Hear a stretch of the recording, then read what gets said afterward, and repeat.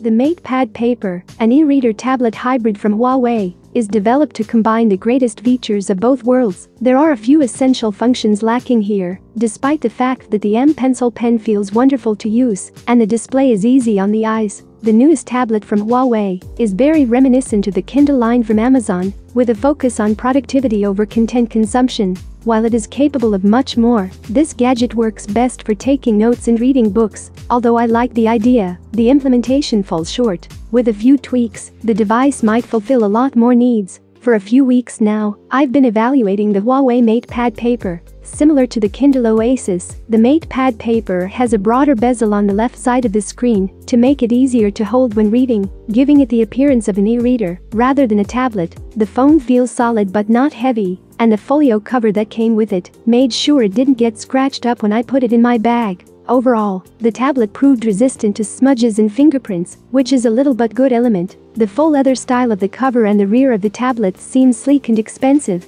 The cover holds the M Pencil in place when it is closed, and it may be magnetically docked onto the right side of the screen. The M Pencil was convenient to have while using the tablet, and I didn't have any problems with it coming off or disconnecting, which can't be stated with the Huawei MateBook E. The MatePad Paper has a single USB-C port that is used for charging. Although you can connect audio devices through Bluetooth, I'd have wanted to see a 3.5mm audio connection, as well as this gadget promotes itself as a tablet, with the ability to technically be used to watch YouTube or listen to music, along with the power button, which serves as a convenient fingerprint sensor to unlock the tablet. There are volume controls on the right side of the device. Monochrome with a PPI of 227, the MatePad Paper's 10.3-inch e-ink screen has an 1872 by 1404 resolution. As a result, the screen is especially well suited for reading because it has a softer e-ink screen than an OLED panel, which is easier on the eyes. It does, however, restrict how the MatePad Paper can be used as a tablet. YouTube is difficult to watch because of the black and white display,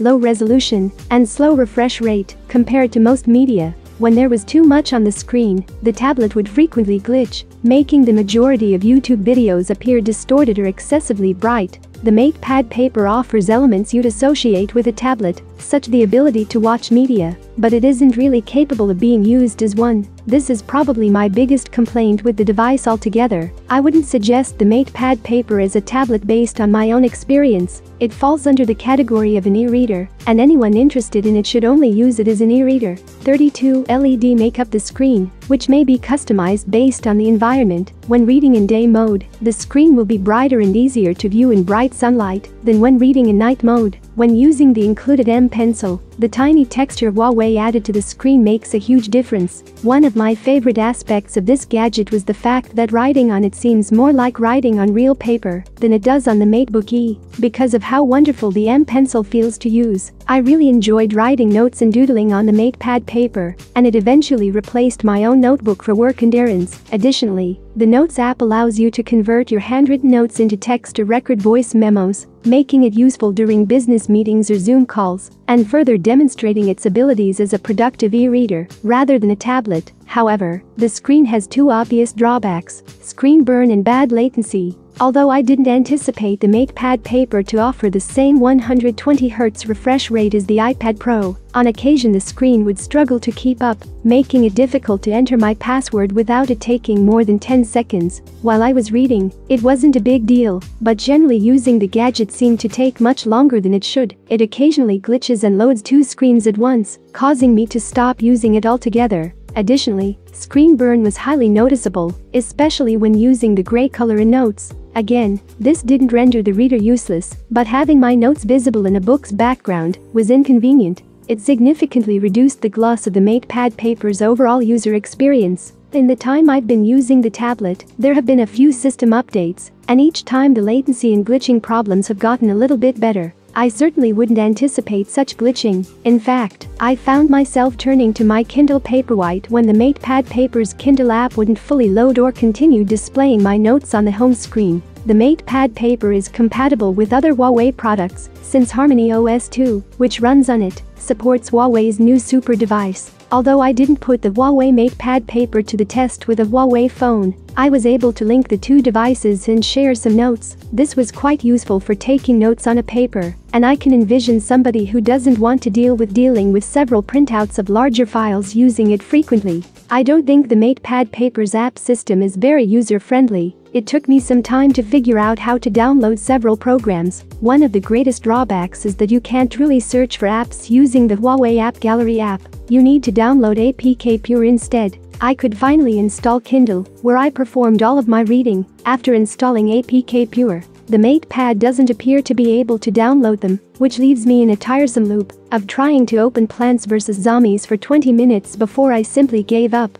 Interestingly, APK Pure also displays other types of programs, such as games. Although Snapchat did download, it only had time to run for a few minutes before shutting down and removing itself. I was able to download and use the BBC News app, but there were more pronounced latency issues, making it feel jerky to browse through articles. I was relieved to discover that the app did, in fact, work normally, although the MatePad Paper may occasionally glitch, particularly in the Notes app. My reading experiences were mostly excellent. After downloading Kindle, I rarely had any trouble opening my books and reading for a few hours at a time, with the option to annotate or highlight pages. The reader is using Wi-Fi 6, and there were no issues connecting to my work or home internet. When I occasionally viewed YouTube, I discovered that my AirPods 2 would connect over Bluetooth 5.2, which was convenient. The 64 gigs of storage is more than plenty, and even after downloading a few novels, including the 1,369-page Goliath that is Stephen King's It, I still have plenty of room left. There is no 4G or 5G update because the tablet just has Wi-Fi built in. However, the ample storage should make it easy for the majority of users to download all of their information. The MatePad Paper's battery life, which I found to last up to 1 week depending on how much I used it, is its most reliable feature. The e-ink display made sure the battery didn't drain too quickly, resulting in a battery drain of roughly 5 to 7% after reading and taking notes for about 30 minutes. The battery charged from 0% to 100% in just over an hour and a half, which was quite impressive. The battery could be charged to about 20% after 20 minutes, which was perfect for lengthy train rides when charging ports weren't always available. Since the smartphone charges so quickly and USB-C chargers are so accessible, I didn't run into any problems utilizing a corded option, even though neither fast charging nor wireless charging are supported here. I was surprised to see the MatePad Paper falter on so many minor elements because I had such high expectations for it. It's a nice option if you're looking for an e-reader with a note-taking feature, and I anticipate that any minor bugs will be worked out as the device becomes more widely used. But I can't deny that the stuttering and glitching was annoying, and the convoluted app structure made it challenging to operate the tablet and find the apps I needed. The MatePad Paper would be much simpler to suggest if Huawei could eliminate all the uninstallable apps from the App Store and correct the latency and glitching. In general, I'd advise sticking with a Kindle until all these teething problems have been resolved, unless you wish to integrate the MatePad Paper with numerous Huawei super devices. The performance of the MatePad Paper as is doesn't support its premium price. Thanks for watching. What do you think about the new ebook from Huawei? Write your opinion in the comments below. Have a nice day and see you soon.